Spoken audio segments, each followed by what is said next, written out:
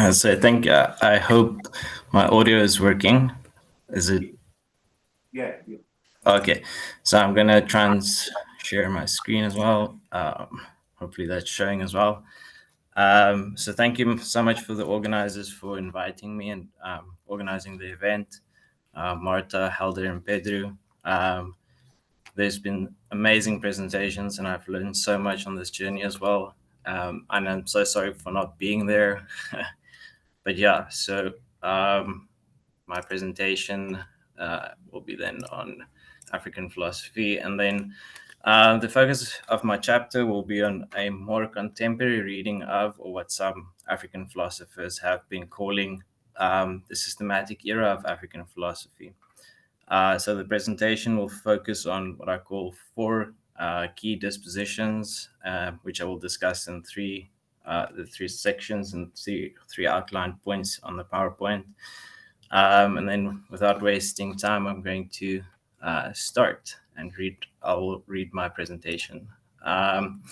So the direct link between the history of African philosophy and philosophy as a way of life, or PWL, is only a recent development in the discourse of both these fields. Scholars such as Richard Sivil, Ulu Damini Ugenaiki, and Michael Mburu are three of the most recent scholars to explicitly make this connection between African philosophy and leading a philosophical life, that is, putting theory into practice and allowing practice to influence theory. On the screen, there's just a couple of the recent publications by these authors. So although African philosophical practices such as Ubuntu has been interpreted by Mahope Ramose as aligned with PWL principles, it is only recently that these two discourses have been explicitly read together, exemplified by these mentioned authors. Sybil, for example, reads and interprets Ubuntu philosophy through his own PWL schema, while Ugenaiki applies a more stricter or traditional Hadotian lens to Sufism and Ifa systems. Mburu examines the life of Henry Uruka, showing how this key African philosopher embodied his own conception of philosophical sagacity or sage philosophy, fundamentally altering and transforming his way of living and being. These intersections thus offer a significant opportunity. Both African philosophy and PWL literature might be positively expanded through this fruitful encounter. In this talk, I wish to focus on how reading African philosophy, particularly African hermeneutics, conversational, and Ubuntu philosophy, through a PWL lens might lead to interesting ideas and the creation of novel concepts that might affect how we live and think.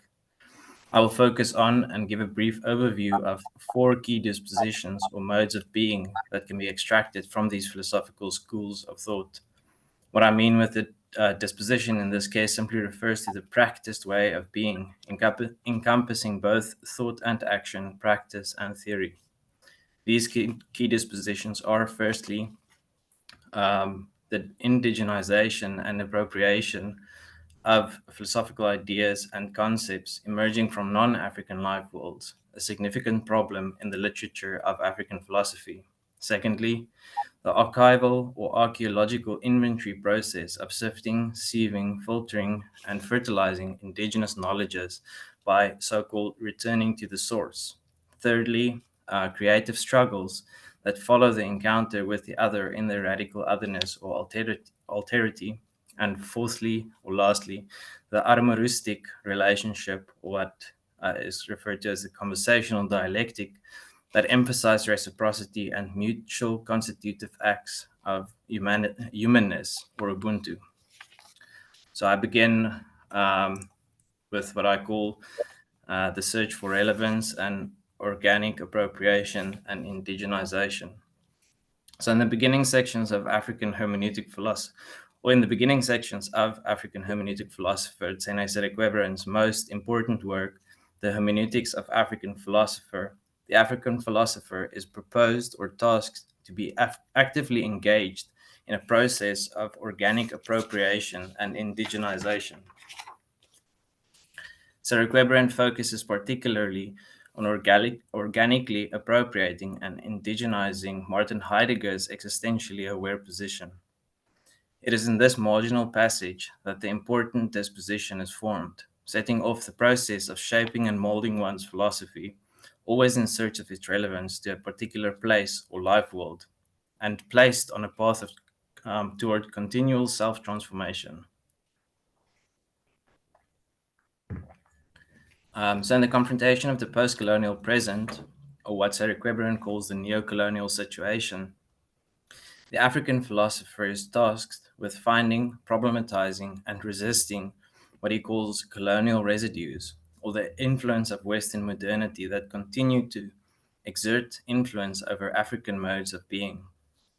But this is not just a process of identification and then discarding in toto what the African philosopher finds. Instead, through this process of organic appropriation and indigenization, the African philosopher engages in a highly transformative praxis where philosophical activities and concepts or ideas originating from other life worlds are critically unpacked, opened up, reconfigured, and rendered relevant to the African philosopher's highly situated and contextual realities. I briefly lay out two simple analogies interspersed with some examples from the literature that might help with understanding this process. In the first, which I call the digestion analogy, philosophy is likened to the consumption of food that will get digested by the consumer. Here one might point to the processes of dismantling, extraction, and modification. Dismantling in the sense that of a deconstruction or a taking apart. Throughout Sarah Queberin's oeuvre, he deconstructs various works of canonical philosophical figures so as to expose the often racist inner workings of these texts. Extraction in the sense of taking what is needed and then discarding what is not needed. Inherent to Sarah Queberin's call to appropriate and indigenize is the acquisition of what one might call alien ideas. This is exemplified through his dealings with and encounters with especially Martin Heidegger and Hans Georg Gadamer. Lastly, modification, in the sense that these alien ideas are adapted to the specific situation in which they are employed. Through this active digestion, a philosophy can become meaningful and applicable to a specific context, life world, or what one might deem a philosophical place. All three of these processes are also mentioned by African conversational philosopher Jonathan Chimakunam, who aligns closely with the hermeneutic approach taken by Sarah Queberin. Chimakunam talks about a type of merging that includes the reshaping and restructuring of borrowed foreign content, which can forge new epistemic visions. The second analogy, which I call the clay analogy, illustrates the seemingly infinite malleability of ideas and concepts. By changing hands, these concepts and ideas take new forms. They are employed in different ways, functionally shaped and molded by philosophers according to their specific context and situations. Sarah Queberin's usage of canonical Western figures such as Heidegger and Gadamer is thus illustrative of this disposition. He does not uncritically use and apply these philosophers, that is, to keep the Western frameworks and terminology in place, and thus not acknowledging the colonial residue embedded in them. Instead, through an active digestion and molding, he reshapes them in intricate ways to better understand the contemporary situation in which he finds himself, that is, the confrontation with neocolonialism, in his own and on his own terms. This is why, in some sense, Sarah Queberin calls this understanding of African philosophy a form or practice of active resistance. This approach has some affinity with the PWL literature, especially the transformative nature of philosophizing or leading a philosophical life. The philosopher adopting a particular school of thought's way of living was expected to adopt unique practices that shape and radically change their mode of being.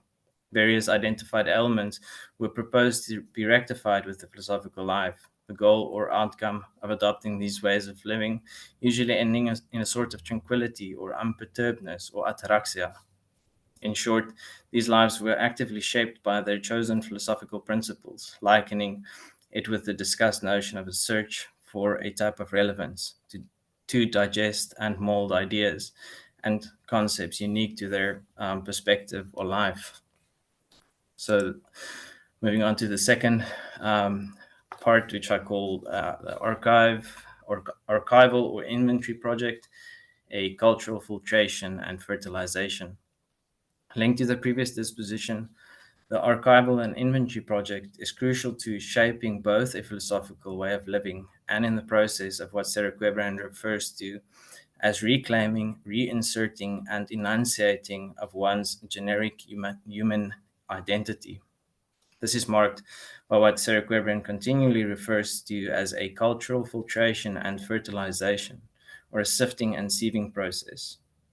In contrast to the previous disposition, in which the African philosopher confronts so called alien ideas and concepts, in this disposition, the African philosopher encounters her own history, tradition, culture, or heritage. This is an active and critical engagement which goes beyond simply accepting tradition as it is. The archival project is also intimately linked to the idea of a return to the source, a notion that Sarah Quebran gains from the liberation philosopher Amilcar Cabral. Here, the philosopher is not returning to a stagnant and unchanged archy hidden in the past, a pre colonial idea of what African philosophy as a way might have looked like. Instead, the returning process is linked to the very archival or inventory project, one that contains a process of filtering, sieving, sifting of the past, heritage, or history, so that the present and the future might be fertilized.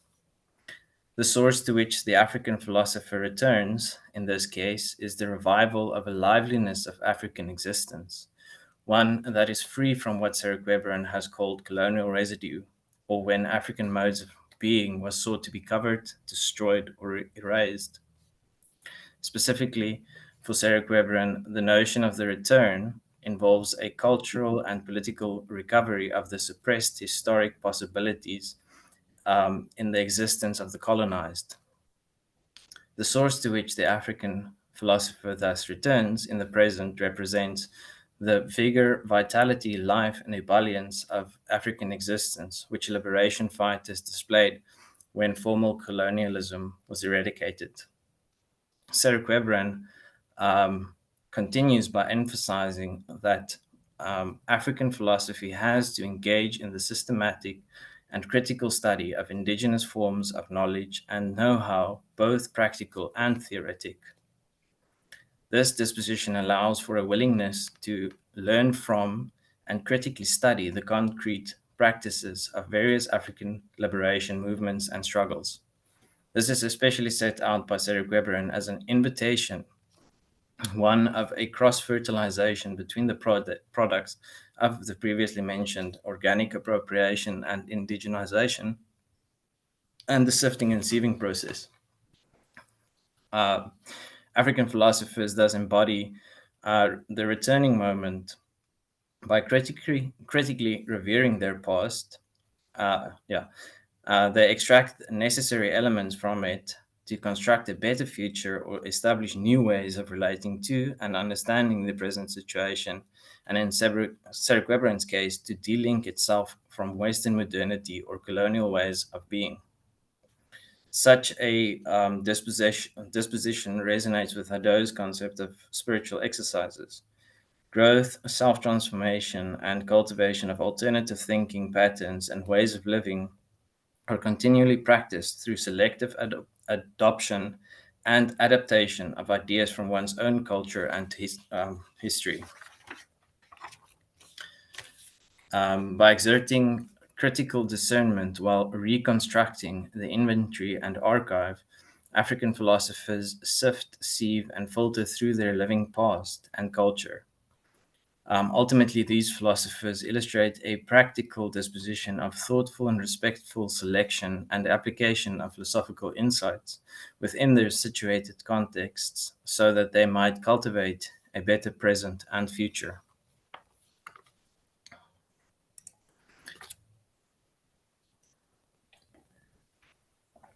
So, moving on to the last section, which I call From Ubuntu to Conversationalism, Creative Struggles, Hermeneutics, and Radical Reciprocity. In the final section, I want to conclude with another analogy. I call this the conversational dance analogy. Through this analogy, the key disposition or ways of living philosophically proposed by especially conversational and Ubuntu philosophy can be highlighted.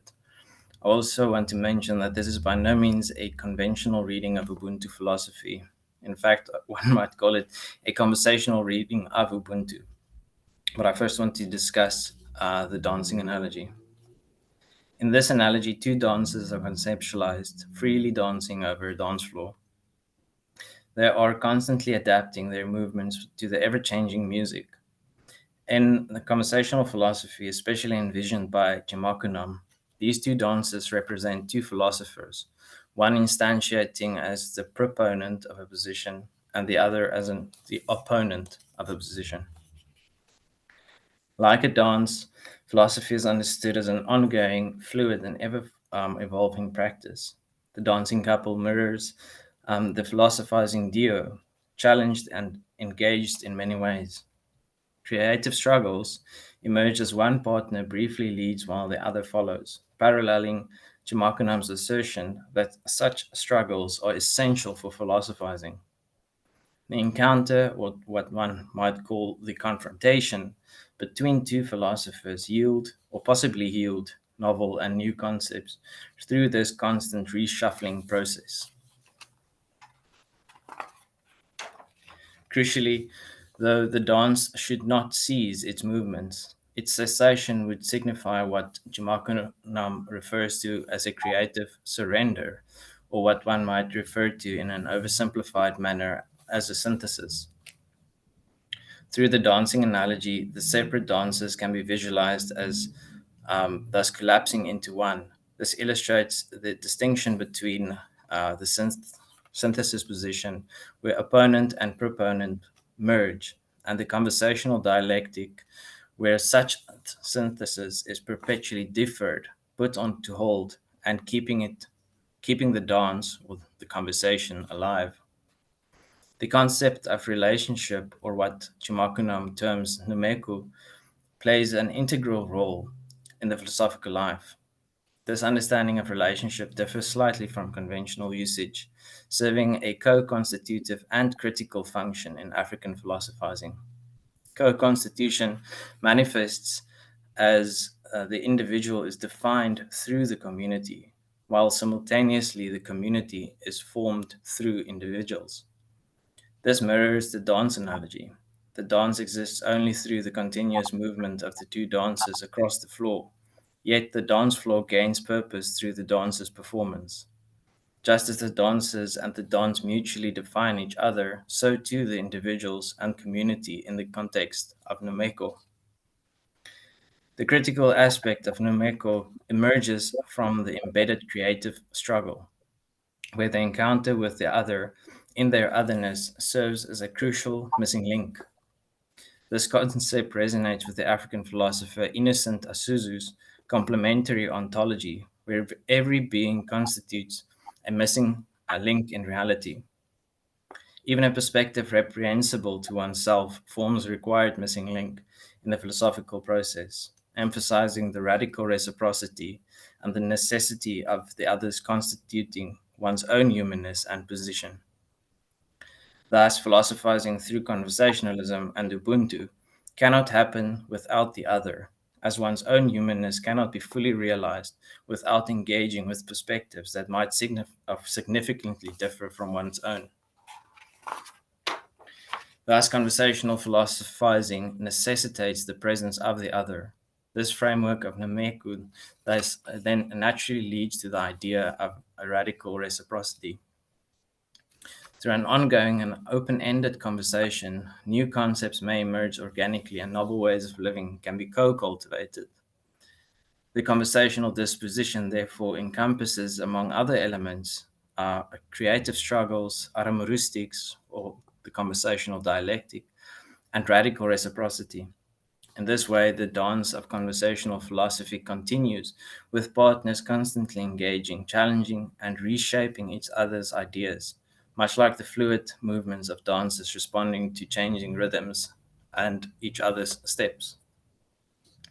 The conversational dialectic, marked by creative struggles and radical reciprocity, demands that the leading partner construct and create new movements, while at the same time demanding that the partner who follows assumes a critical and questioning role.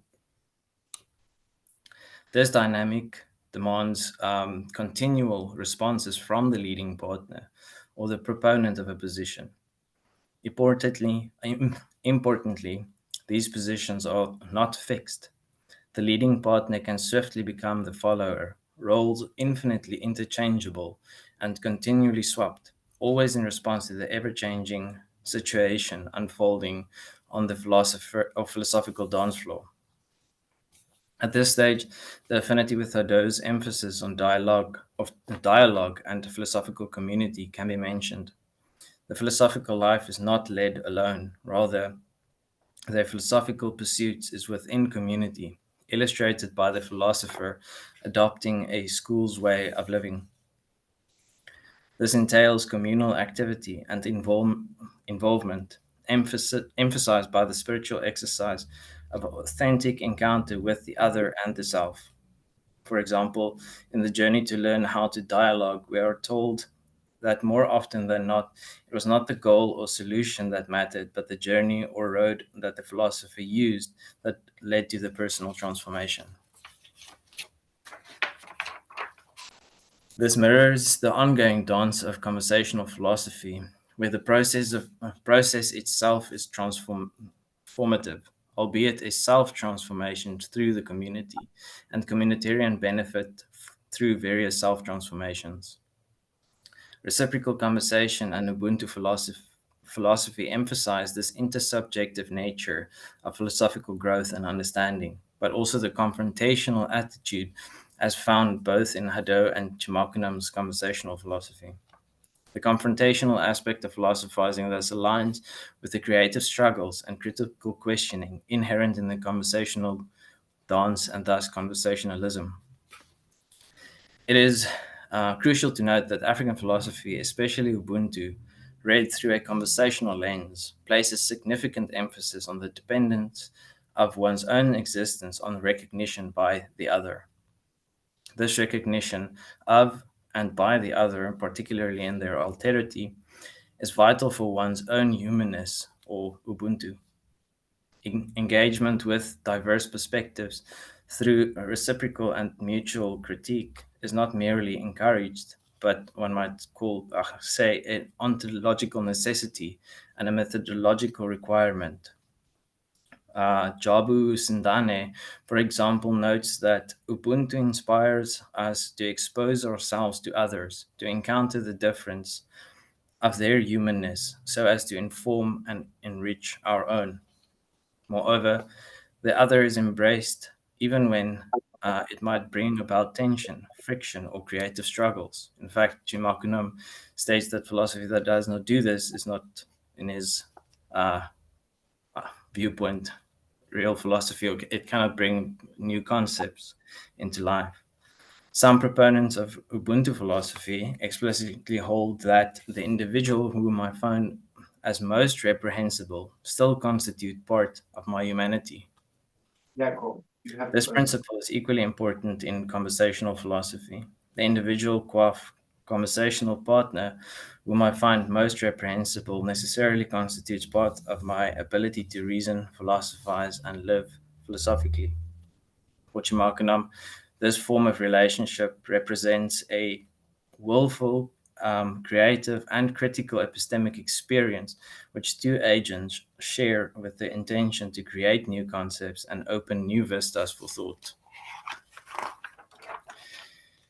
Um, it is through the action or practice of bringing these seemingly opposing perspectives together via the logic of aromaristic or conversational dialectic that a greater whole exists, or a deeper understanding is achieved in the state of what Chamakanam calls complementation. Underlying these ideas is the recognition that human life is fundamentally incomplete, in flux, and always adapting to the ever changing world. Akin to the infinitely malleable clay analogy sketched earlier, one can never truly achieve a final, unchanging, and rigid form. That is, one's life is always in the making, a continual work of art, co cultivated with and codependent on the other. Ubuntu philosopher Ramose, for example, indicates this with his notion of Ubuntu as being becoming, highlighting the ever unfolding nature of human life. Chimakunam also promotes the Igbo maxim, Ua eze oke, literally meaning that nothing is complete or comprehensive. Um, I'm almost done. uh, these concepts align closely with the PWL understanding of philosophy as an ongoing practice rather than a fixed set of doctrines. Our being in the world is not a finite state to be achieved. Rather, it is an always ongoing and unfolding process of becoming, or following Ramose, being becoming. Importantly, it is through the continual engagement with others, challenging one's own being in the world, constituting a radical otherness, one that cannot be subsumed into my own understanding, and being open to the encounter with the radical otherness that might challenge the fundamental structures of my being in the world. The genuine philosophical conversation can help with co cultivating alternative ways of being. Interestingly, though, conversational philosophy or philosophers incorporate this insight into the method of conversationalism. This method necessitates a perpetual conversation characterized by its critical, questioning disposition, fostering an environment where continually unresolved creative tensions are maintained. There is thus a search for a continual disagreement or the stifling of synthesis or agreement, whereby the conversation itself or keeping the conversation alive becomes a kind of spiritual exercise or philosophical exercise. This exercise, underpinned by Ubuntu or radical reciprocity, points to yet another interesting insight. By immersing oneself into a web of interconnectedness, this exercise approaches the practice of radical self transformation in a unique way.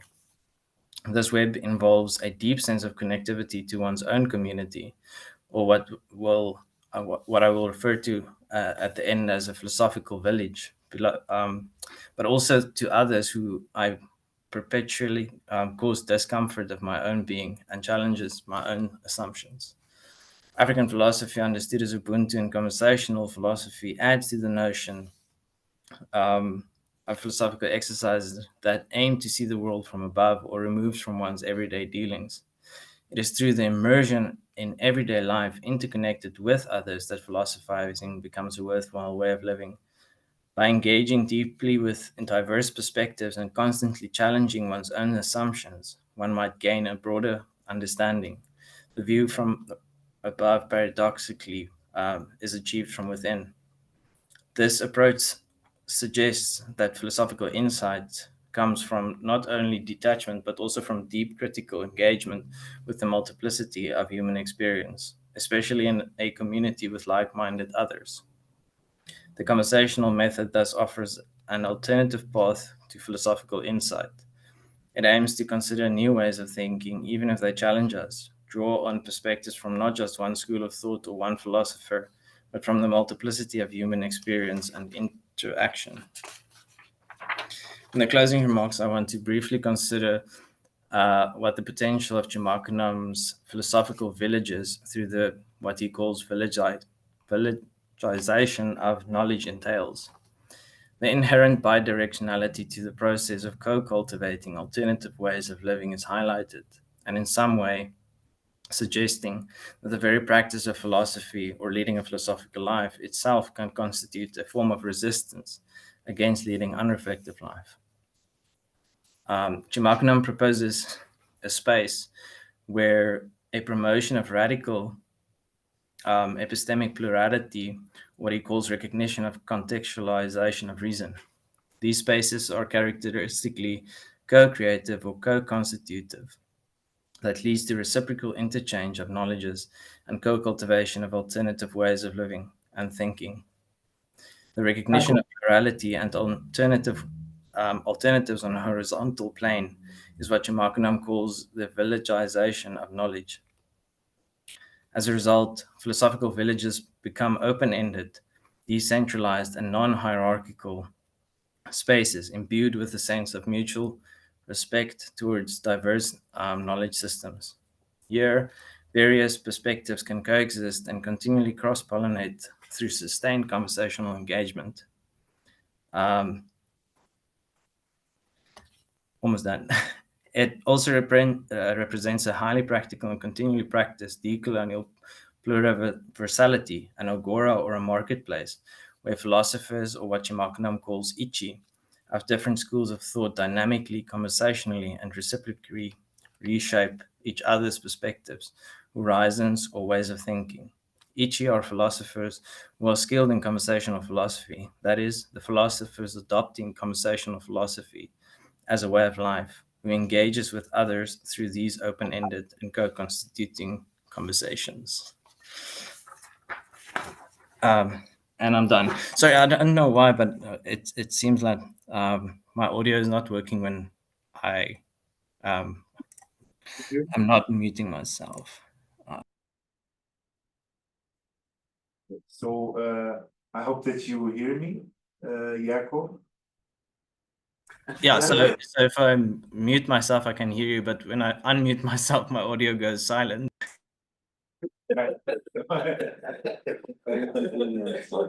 So we have thanks for your talk. You were just like 2 minutes past the mark, so don't worry. So have a couple of maybe 7, 8 minutes for questions. Does anyone want to?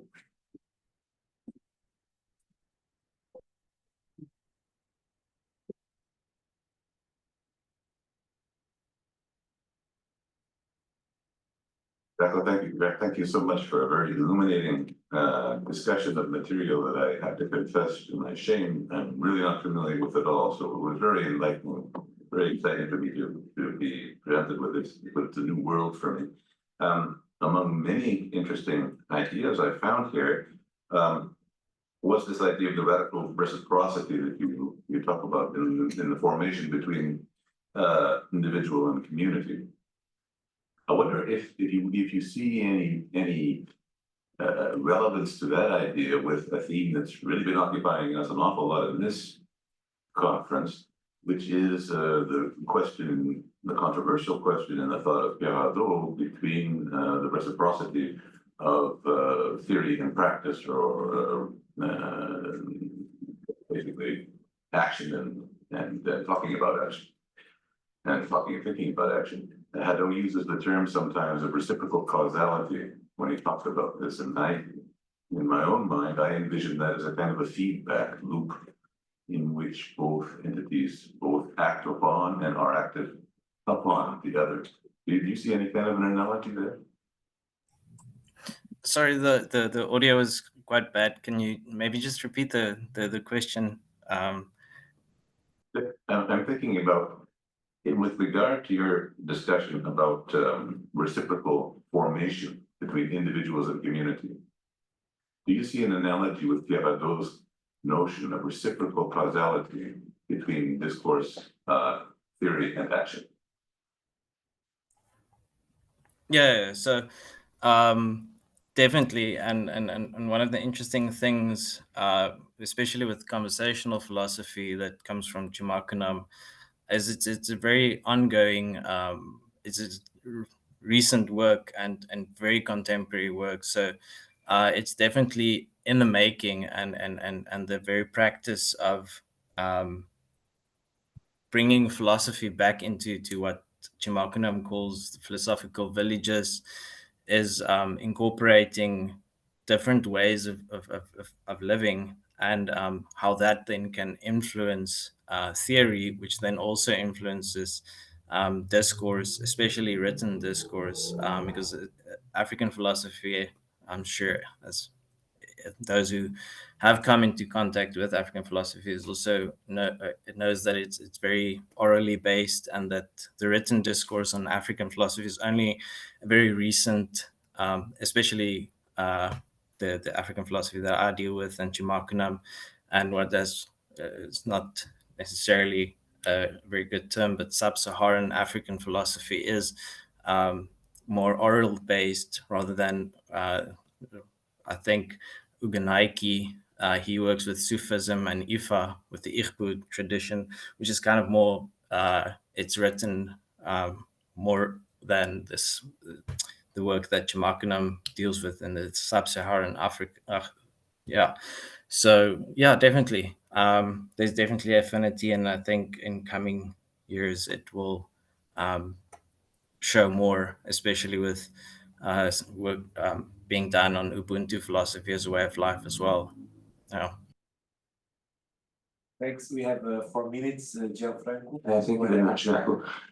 Just a question concerning your reference to the fact that an African philosophy recently, in general, can be constituted beginning with a sort of a self-constitution in such a resistance with what forms of colonialism. Well, I thought to position, for instance, in the sense of Amilcar Cabral, can be considered also an African philosopher. And in this sense, well, the position of Amilcar Cabral could not think to the possibility that an African philosopher, an African thinking could be developed without the frame of course, and the influence of the colonialist forms of a thinking in the sense, no? That an African philosopher can express himself and can defend his own culture, but if a frame, taking into account the frame in which he, that was a colonialist frame, and so I didn't really. I'm interested in your position in this sense, no? Because I think that well, this position of Amilcar Cabral can be considered as a point of reference, also in this sense, if we could thinking on a pure African philosopher, or it's impossible not considered as a purity. Okay. Thank you. Yeah. So, thank you very much. A lot to unpack, and I think the previous speaker also mentioned it, that it's interesting African philosophy and all of these peripheral philosophies. You have so much to cover in one uh, s- uh, field. You can't do everything. The whole history of, for example, African philosophy in one small talk. But in any case, yeah. So what I do in the chapter is I talk about, especially, I think it comes from Lucius Outlaw. He talks about the deconstructive and reconstructive task of African philosophy, and the focus, especially with the systematic era of African philosophy, and then the conversational turn, which Chamakunam is the leader of, it focuses a lot on this whole reconstructive and or a deconstructive and reconstructive element of African philosophy, um, in trying to write their own and to in their own terms as well. And then also this idea of, if I heard you correctly, the Cabral quote of returning to the source is kind of a paradoxical idea of they don't necessarily want you to return to this pure idea of what African philosophy is. I think there's more than 7,000 languages spoken in Africa. So returning to one pure idea of what African philosophy is kind of a problematic thing. And that's why it's linked to this idea of a reconstructive element in African philosophy, and all of the new philosophers speaking on their own terms and trying to de-link from Western philosophy. It focuses on this constructive element, and that's where Chumakinam's idea of especially conversational philosophy comes from, is trying to move away from uh, especially this the confrontation with the colonial residue. Yeah, I hope that answers it in some sense.